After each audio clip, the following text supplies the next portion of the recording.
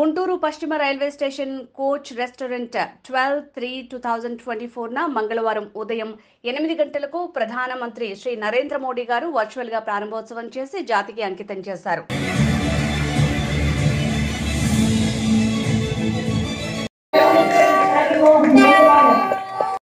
जन भावनाओं का सम्मान करते हुए सरकार वंदे भारत ट्रेनों का रूट भी लगातार अब द्वारिका तक जाएगी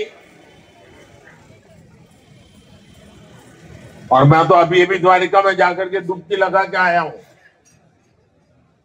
अजमेर, दिल्ली, सराय रोहिल्ला वंदे भारत एक्सप्रेस रेलवे की बहुत बड़ी भूमिका रही है, इसलिए रेलवे का कायाकल्प भी इसे कार्गो टर्मिनल बनने की गति तेज हुई है। लैंड लीजिंग पॉलिसी को और सरल किया गया है। लैंड लीजिंग प्रक्रिया को भी ऑनलाइन किया है, इससे काम में पारदर्शिता आई है। कल्प होते देखेंगे जिसको उन्होंने कल्पना भी नहीं की हो। इसी इच्छा शक्ति का जीता जागता सबूत है। देश का नौजवान तय करेगा उसको कैसा देश। 10 साल का काम अभी तो ट्रेलर है, मुझे तो और आगे जाना है।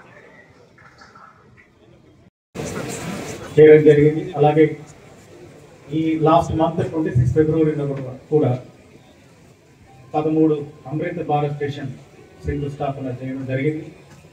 ఈ రోజున గుంటూరు దాంట్లో భాగంగానే వందే భారత్ రైలు, వందే సాగర్ రైలు, నమో భారత్ రైలు అట్లానే అనేక రకాల సౌకర్యాలు తీసుకొచ్చి ప్రయాణికులకు అందుబాటులో తీసుకొచ్చారు. ఈ రోజు మనం బస్సులో ప్రయాణించాలంటే చాలా ఇబ్బంది, కారులో ప్రయాణించాలంటే చాలా కాస్ట్లీ అఫైర్.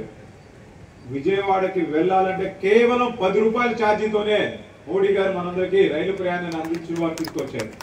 రేపల్లికి అంత దూరం వెళ్ళాలంటే 30 రూపాయలతోనే మనందరికి అందుబాటులో తీసుకొచ్చారు. ఇలానే కరోనా సమయంలో అనేక రకాల ఎక్స్ప్రెస్ రైలుకి రేట్లు పెంచితే మోడీ గారు వాటిని మళ్ళీ ప్యాసింజర్ రైలు రేటుకే తీసుకొచ్చి పేద ప్రజలకు అందుబాటులో సుఖవంతమైన ప్రయాణాన్ని చేయడానికి అనుకునేవాళ్ళం. ఇప్పుడు ఇవన్నీ చూస్తుంటే మోడీ గారు చేస్తున్నటువంటి మనకి దాదాపు ఈ రైల్వే అభివృద్ధి కోసం దాదాపు 85 కోట్లు పైచిలుకు మరి ఖర్చు పెడతాం జరిగింది.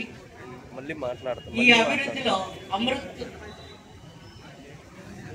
ఇంతకు ముందు అమృత్ భారత్